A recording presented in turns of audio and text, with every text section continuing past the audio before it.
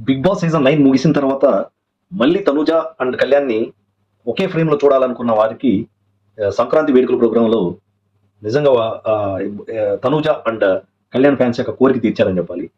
At the same time Sreemukhi గారు పిలిచి కళ్యాణ్ గారిని, తనూజ గారిని అడిగారు.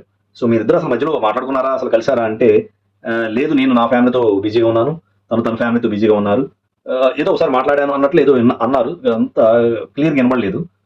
At the same time Kalyan కూడా తనూజ అసలు గేమ్ విన్నర్, రన్నర్ ఇద్దరు కలిసారు అనగానే అలా ఇద్దరు చూపులు కలిసినాయి ఒకసారి. మళ్ళీ కళ్యాణ్ కూడా సో తనూజ తన లైఫ్‌లోకి రావటం నాకు చాలా లక్కీగా ఫీల్ అవుతున్నాను. సో తనూజ వల్లే నేను గేమ్ నేర్చుకున్నాను.